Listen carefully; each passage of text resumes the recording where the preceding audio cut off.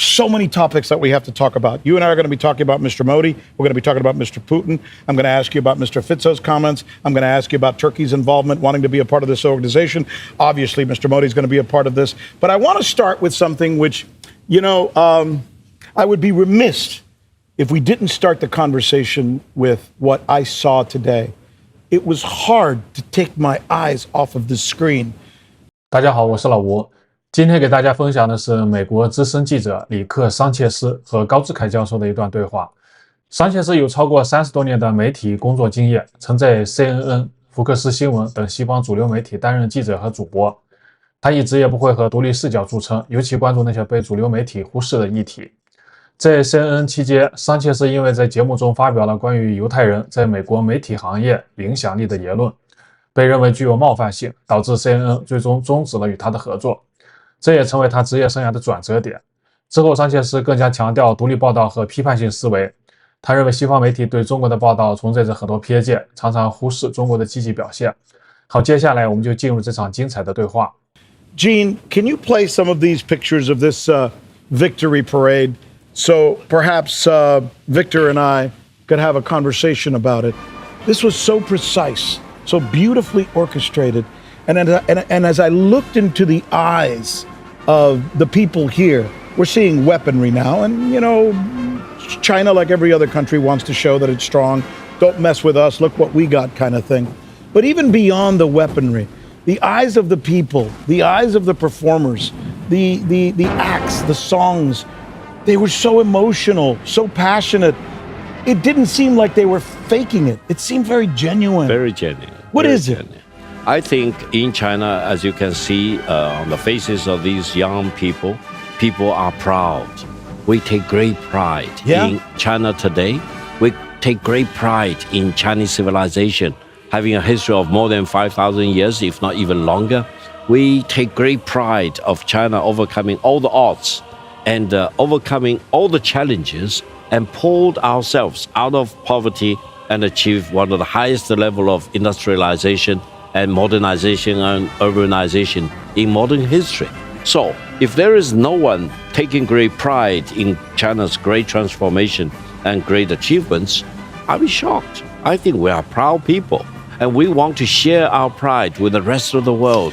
We want to make sure that China's weapons, the advanced technologies, are not used for war. They are used for maintaining peace, defending peace, and peace for everyone in the world. So when we see the Chinese president coming out of the gate, reviewing the Chinese troops, etc., greeting and exchange greetings with the soldiers and officers, it's a proud moment for all of us. I'm very proud. I was doing live interview in the CCTV headquarters while the parade is taking place. I was really a very proud Chinese this morning. World War II, the defeat of Japan, that's really what this is all about. And it's certainly an important time. Oftentimes in the West, World War II is something that nobody even remembers. It's not even really celebrated anymore in the United States. There's no victory parade in the West. They have an event in Normandy every year, and for the most part, China and Russia and all these countries are barely even invited. So there's almost an antagonism in terms of not understanding who played a significant role in this. For example, and let me just say this, as an American, I almost want to apologize for my Western colleagues and friends who have chosen not to be here. Why not? Why not? I would say it's a shame that they did not show up in Beijing on this very important day. I would say history will record it very clearly. For defeating Nazi Germany in Europe and Japanese fascism in Asia-Pacific region, the former Soviet Union, the predecessor of Russia today, and China did the most heavy lifting. We sacrificed the most. In China, our sacrifices involved 33 million people, soldiers as well as civilians. And we Mostly civilians. And we fought the longest. For the United States, the war against Japan started after Pearl Harbor for a totality of less than 4 years. We fought against the Japanese aggressors for 14 years in a row. China refused to surrender. China refused to be enslaved by the Japanese fascism, and we fought to the very end. And the fact that the United States eventually declared war on Japan, after the surprise attack on Pearl Harbor, really accelerated the downfall of Japanese And my country did a great thing by entering the war and committing itself. Former Soviet Union nothing to be ashamed of, right? Attacking the Japanese troops in Manchuria, in China's northeastern part of China. And that all accelerated the ultimate unconditional surrender of Japan in this part of the world. So when we look back at the Second World War, when we look at the world anti-fascism war, we think about the former Soviet Union. We think about the Red Armies, for example, and the brutalities, atrocities committed by Nazi Germany against the Soviet people of different ethnicities, as well as the enslavery of so many countries in Europe.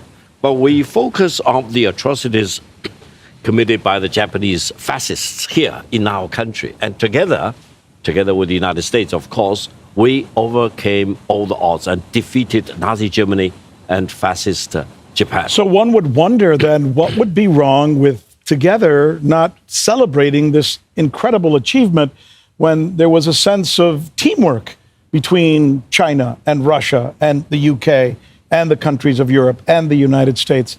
Why not celebrate that right now? Even if you don't agree with what's going on at the SCO summit, come to the parade, watch it, and then get on the plane and leave. Exactly. Send a representative, right? Exactly. But I would not be surprised if all the ambassadors in China, we have 183 foreign countries' embassies here, and we have about 30 international organizations headquartered, and with their regional headquarters here in China, they sent their representatives to attend the parade. That's for sure. Probably with only one exception, that is Japan. Japan probably didn't send its ambassador or military attaché to the parade, etc., for its own reason. I do not want to go into details of that. Well, what do you think of that? Well, I think Japan didn't acknowledge that they lost the war. They thought they lost the war because of the 2 nuclear bombs on Hiroshima and Nagasaki. The reality was that Japan lost the war before the 2 atomic bombs. The United States dropped the 2 bombs in order to accelerate the process of Japan's downfall and prevent the former Soviet Union gaining more victories against Japanese fascists. But that's a minor chapter in history. I think to celebrate the defeat of Japanese fascism is the most honorable thing to do in the world of today, as well as in the foreseeable future to come. Let's talk about some of the events that have been taking place here. Maybe I start with this one. There was an understanding that was made yesterday between China, Mongolia, and Russia, where they are now going to use a pipeline, as you well know, perhaps the most amount of natural reserves of oil and gas is in Siberia, and that's generally Russian territory. And the Russians have now agreed with the Chinese and Mongolia to continue to develop the pipeline, which is going to take the oil from Siberia through Mongolia all the way to China. It almost looks like the decisions that are being made here right now, and we're looking at the map right there, as it goes from Siberia and Russia through Mongolia all the way into China, and China is embracing this, and it almost looks like there's a paradigm shift. As you know, in business, it used to be the best model for consumerism was in Europe.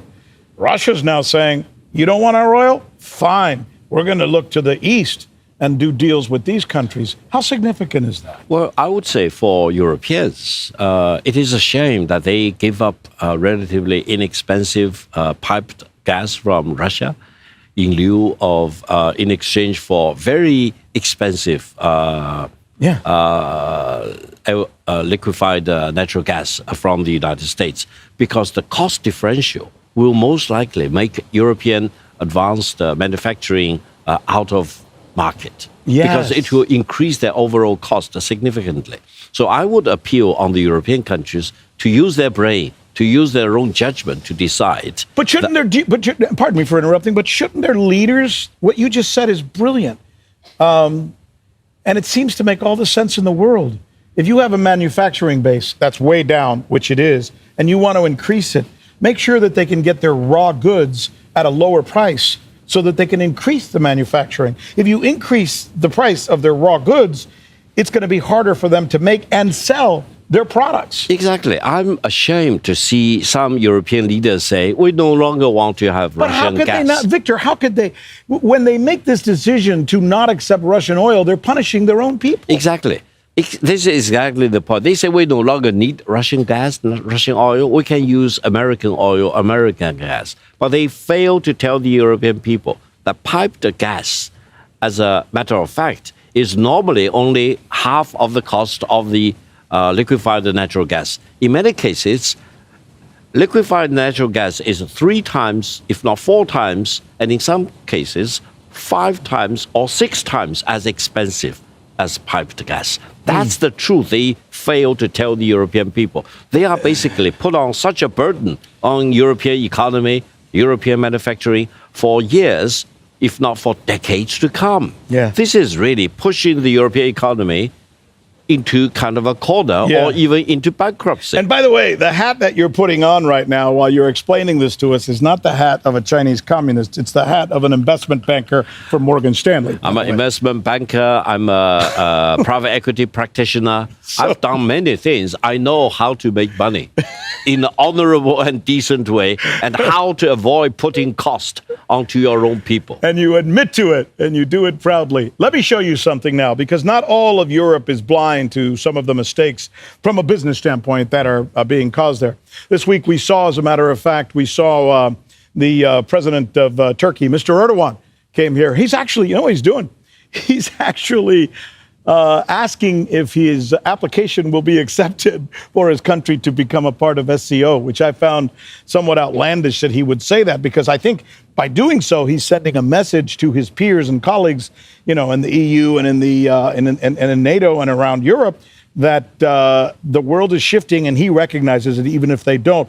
But another European leader, this is the leader of Slovakia, Mr. Fico, came here yesterday and said some words that I thought were also somewhat transformative and very stern. You want to listen to it? I think we got it. Gene, let's play Fico if you got it. A new world order is being created, new rules for a multicultural world, a new balance of power, which is extremely important for international stability. Being part of such discussions means encouraging dialogue and not playing the role of an offended little child. This is somehow how the EU and its leaders behave today. The EU is just like the frog at the bottom of the well who thinks that the sky it sees from there is the entire sky. And we are happy with ourselves, which is extremely embarrassing. It's like the frog at the bottom of the well who looks up and thinks he's seeing all the sky, but he's only seeing a piece of it. What do you make of that? Well, I would say Mr. Fico is a great, courageous, brave, and wise European statesman. Yeah. I think he mentioned one thing. He said throughout the Second World War, Soviet Union and China did the most heavy lifting, sacrificed the most in defeating Nazi Germany in Europe and Japanese fascism in Asia. This is a well-said statement which reflects the realities on the ground. And the fact that he wants to overcome all odds and travel to China to attend this victory parade shows that Europeans still have some independence of mind. They still have some great brain power existing somewhere in Europe in the form of this great leader from Slovakia. And he did the European leaders should have done. And I think we cheer the Prime Minister or the Slovakian leader, and we hope China-Slovakia relations will grow in great abundance in the future. And other European leaders, I hope, I'm an eternal optimist, sooner or later, we'll need to come to Beijing to attend the future victory parade in the future. Let me ask you about Vladimir Putin. I mean, he's a wily guy, I think. I think he knows exactly what he's doing.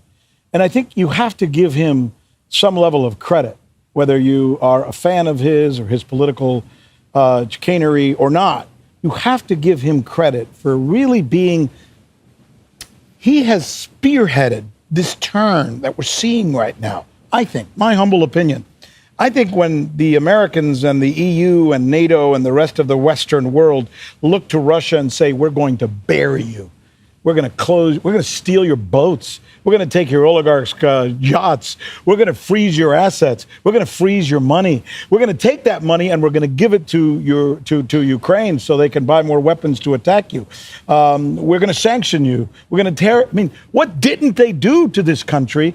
And yet the country said, we will survive. You know, like Gloria Gaynor in the song, we will survive. And they have. And I think, Victor, and I've said this before, I think what Russia did by withstanding all of that gave a sense of confidence to the other Global South community members that said, maybe if they can do it, we can do it too. Am I right? Well, I would say if we look at the Alaska Summit meeting, President Putin is a big winner. Russia is a big winner. President Trump is also a big winner. Why? Ukraine is a big loser. Europe as a whole is a big loser. Why? Let me talk about President Putin and Russia first. I think after suffering all these more than 16,000 sanctions imposed on Russia, Russia didn't collapse. Russia managed to pull through and gained, as you mentioned, a relatively speaking high GDP growth rate and stabilized the situation and single-handedly fighting off not only Ukraine, but all those countries behind Ukraine, which want to use Ukraine as a proxy, try to, for example, bankrupt Russia or to push Russia over through an abyss. No, Russia didn't fall apart. That means at the Alaska meeting, Russia and President Putin emerged as the real winners because President Trump showed him the maximum courtesy and the politeness, and they had a private chat, for example, 3-3, etc. And eventually they agreed on many things, actually. What has been disclosed probably was only a fraction of what they talked about in private. That means, that leads to my conclusion. Yes. There will be no lasting peace in Europe by excluding Russia. And there will be no lasting peace in the world by excluding Russia. Whether you like Russia or not, that's another thing. But you need to deal with Russia as it is. You cannot fantasize about Russia.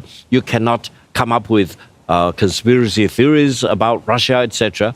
When Russia moved into Ukraine, they want to stop Ukraine from becoming a NATO member state. Why should they do that?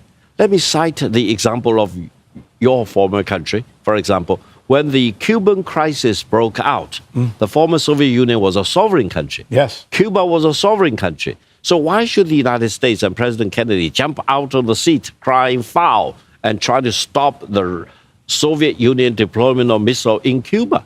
Because President Kennedy and the United States felt legitimately threatened. Yes. If there will be Soviet missiles deployed in Cuba, not in Florida. Right. So I think Europeans need to really have second thoughts about what President Trump, President Putin and the Russian government feel about if Ukraine really become a NATO member state. Probably the Russian leaders will feel exactly what former President Kennedy felt when the Soviet wanted to deploy missiles in Cuba. In fact, at that very time, just prior to the incursion or the special operation, as the Russians call it, the NATO troops, along with heavy forces of American troops, and I remember talking about this openly, were doing military exercises in the Black Sea within eyeshot of Russian tourists on the beach watching it. It's like, could you imagine if China were doing military exercises in the Gulf of Mexico? Or off the coast of New York, or off the coast of Miami Beach? Or in the English Channel, for example. Or in the English Channel. It's almost like, do you not see how others might be affected by that? I mean, it's almost the definition of obnoxiousness, and sometimes I think countries behave that way. Let's switch from Russia now and talk about Mr. Modi. The Prime Minister of India has done some remarkable things lately.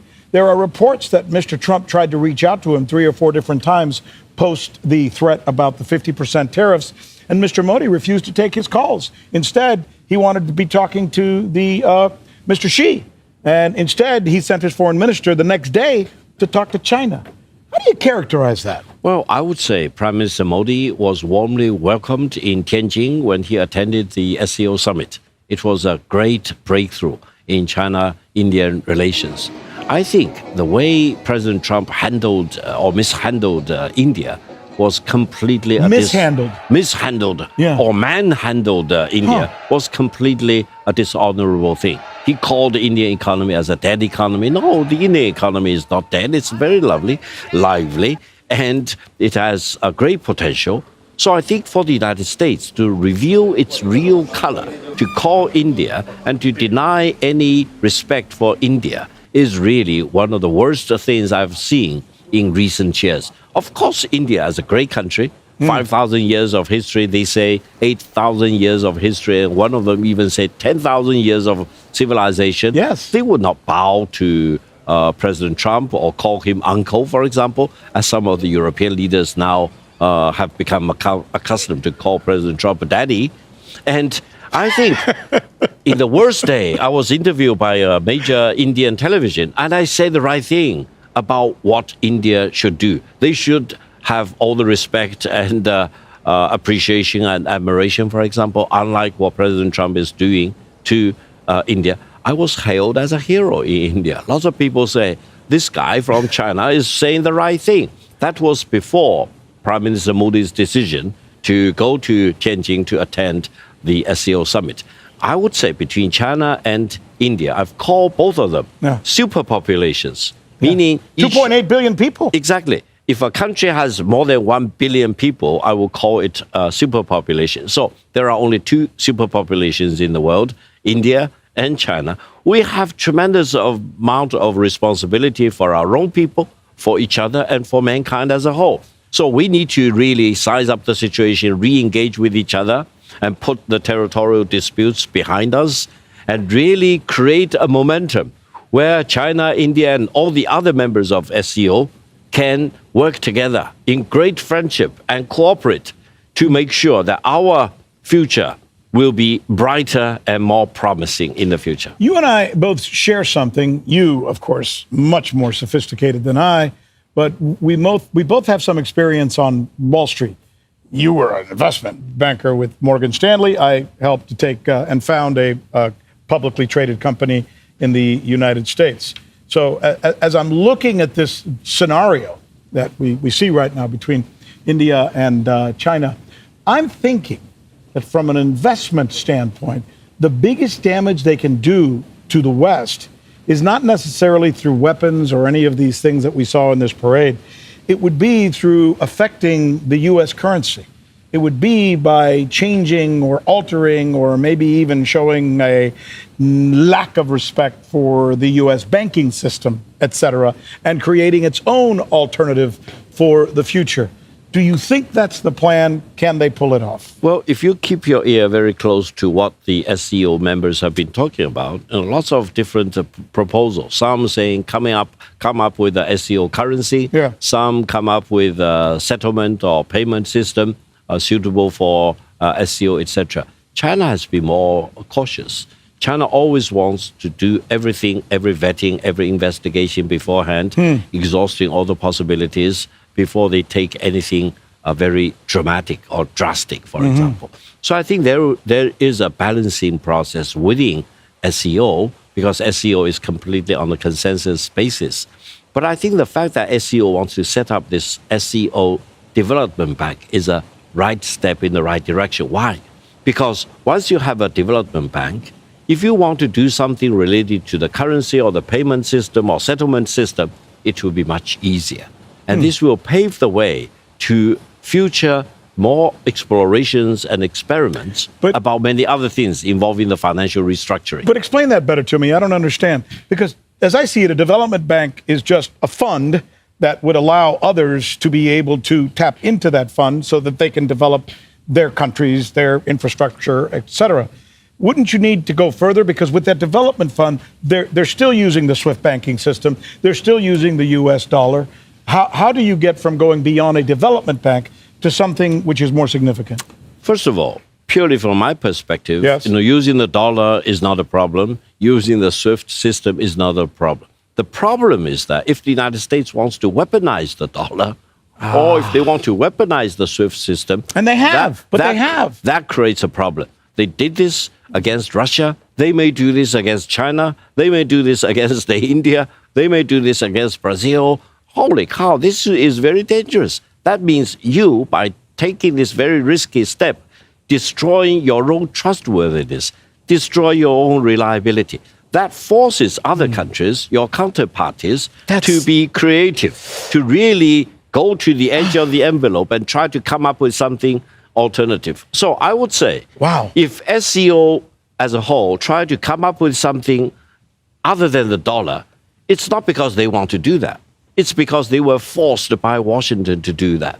If they eventually come up with, let's say, a payment system, separate system outside of the SWIFT system, it's because someone weaponized the SWIFT system. That's one thing. I've never heard it put that way. And I think that's so brilliant, the way you've just explained that.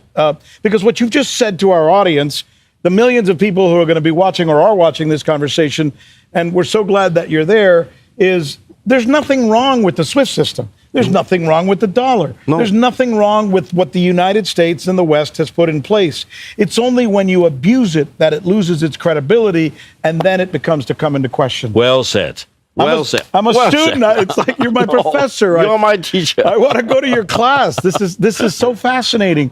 Okay, now let's follow the enthymime, if you will, the logical enthymime of what were to happen if enough of these countries here, and we're watching this happen, Mr. Putin mentioned it just the other day, come together and say, finally, we are going to do this. We're going to develop a currency. We are going to develop a banking system. We are going to develop a developmental system which will challenge, if not maybe even compete and defeat, the one that's presented by the West. What happens to the West?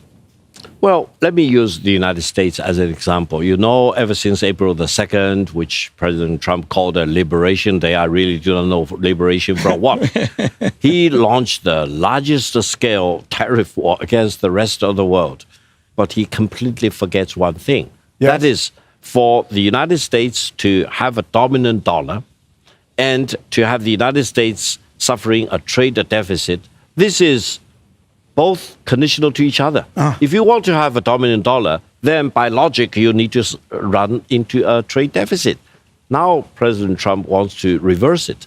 He wants to have manufacturing done inside the United States. Yes. They no longer need to buy all things produced abroad. That means the trade deficit will diminish eventually to be reversed into a surplus. But then the other side of the coin is more important. What about the dominance of the dollar? You need to give up the dominance of the dollar. So I think President Trump has not figured out what he really wants.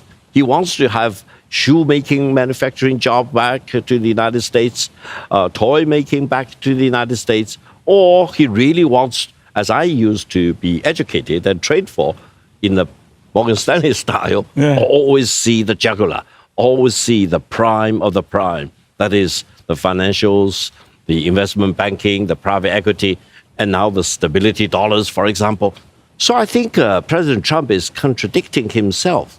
He really creates a situation where eventually the dollar dominance may decline and the manufacturing going back to the United States may or may not happen, and the United States will lose out on one front or on both fronts. That's the problem, I would say. Maybe we start to finish up the conversation with the following. I think the underpinnings of this conference, this summit, are as transformational as any summit that has taken place in the last several decades in the world. How much of a difference do you think, in the end, when historians look back at this, they'll see? Well, I would say when future generations look back at the world of today, they most likely will see this SCO summit as what we now look back at the Cairo conference, Cairo Declaration, or at the Yalta conference, for example, which paved the way for ending the Second World War. Now, for the SCO summit this time, I think several messages come out. We definitely want to maintain the multipolarity as the structure of the world. We will not tolerate any country to claim to be the sole polarity in the world. Right. That's number one. Multilateralism should be encouraged rather than being muffled, for example. And then every country, big or small, needed to be treated as an equal. So we will not like the world where rule of the jungle will prevail. You hold a gun at my head, and I will call you uncle, surrender. Is that how China feels right now? Oh, China will never allow any country to hold a gun at my head without I hold a gun at your head. Yeah. So that's the way. Quid pro quo. Do you think Mr. Xi feels that way based on the comportment of the U.S. government and Mr. Trump? No, I think ever since the outbreak of the trade war, the tariff war, people are asking who blinked first. Let me tell you, very honestly, China didn't blink. Who blinked?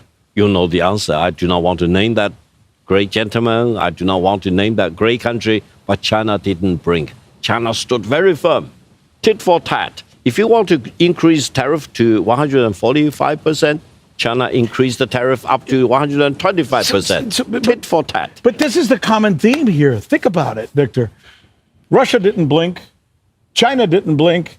And now India didn't blink. Yeah. Brazil didn't blink. And Brazil didn't blink when they said that, we're going to tariff you if you don't end the trial for the former president, which is a completely political South Africa also didn't blink.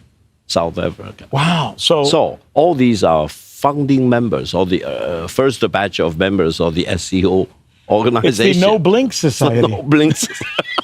No blink. It's amazing, but it really comes to fruition, and it comes to fruition here with all of these no blinkers coming together. No blinkers, but also they no blink because of the SCO. Give them strength and give them wisdom. Give them the platform to cooperate. And the cooperation is not against the United States. The cooperation is against whatever if the United States is doing the wrong thing. So you think that Mr. Trump and the United States policies have brought these countries together? Best example of it, I think, is China and India. There's always been a little bit of an antagonism there, not horribly overheated. At times, yes. But now it looks like they're besties all of a sudden. Yeah, exactly. But the point I've been telling my Indian friends is that with or without the United States, China and India will have all the incentive to re-engage with each other anyway. And what President Trump did to India, manhandling or abusing India, give greater incentive for both of us to size up each other, to recognize that we are not enemies against each other, and we can be partners going forward. I'm wondering, Mr. Putin, I'm told by my producers, will be speaking shortly. He's going to make his statement post-summit. What do you expect to hear from Mr. Putin? Well, I hope President Putin will say several things, that the world we are living through is a multipolar world, and we want to welcome and fully embrace multilateralism, and we want to make sure that no single country will pretend to be the bully on the block or to claim itself as the emperor of the world. No, that's not a good, constructive, or healthy system for Russia, for China, for India, for all the member states of the Global South, all the member states of SCO.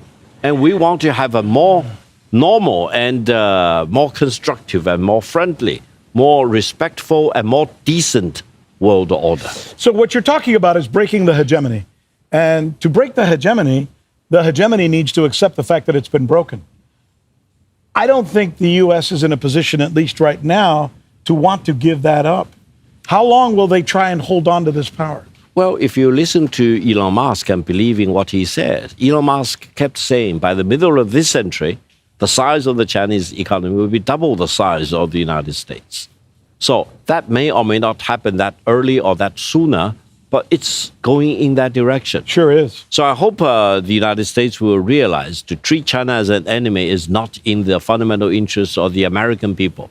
The better way is to deal with China, deal with countries like Russia, like India, like Brazil, like South Africa, like all the other SCO members, as they are. Show respect to all these countries. Deal with them as they are, rather than fantasizing about them or completely distort their realities. Won't it be in the end the investment bankers like yourself, the guys over at Bank of America, BOA, and Morgan Stanley, and all these other places who will have to accept the fact that they need to deal with China and India because their economies are just too big? Absolutely. I think that's where it'll happen. Firms like Morgan Stanley and Goldman Sachs started to move into China market as early as in the 1990s. Yeah. And they really profited hugely by engaging with China. And I hope other industries in the United States and Europe will continue to acknowledge this fact, very important fact. I have some sources in the energy industry, both in Russia and in the United States, and I'm hearing same thing is happening there. A lot of the big companies in the energy district, energy region are courting Russia, trying to get back together with the Gazproms and the Nextons to try and create the relationships that they've had in the past, like BP and Exxon, for example. So interesting, it kind of goes in line with what you just said. Deep down, the bankers in the West know that this is coming and they need to make it happen. They're way ahead usually of the politicians. I've always found the business community is always ahead of the politicians. I agree. And they probably will, if it moves in that direction, it'll move in that direction, spearheaded by that group of people. Am I wrong? I completely agree with you. I think as far as China-US is concerned, those politicians in the United States which hate China the most never run a business. They never made their money in an honorable, decent way. Yes. If they have a business in their family, they will not be that hawkish against China. They will know that the China market, despite of all the problems, is a market, the largest market in the world. You need to nurture the market. You need to engage with the market. And you need to make a profit out of that market. Yeah.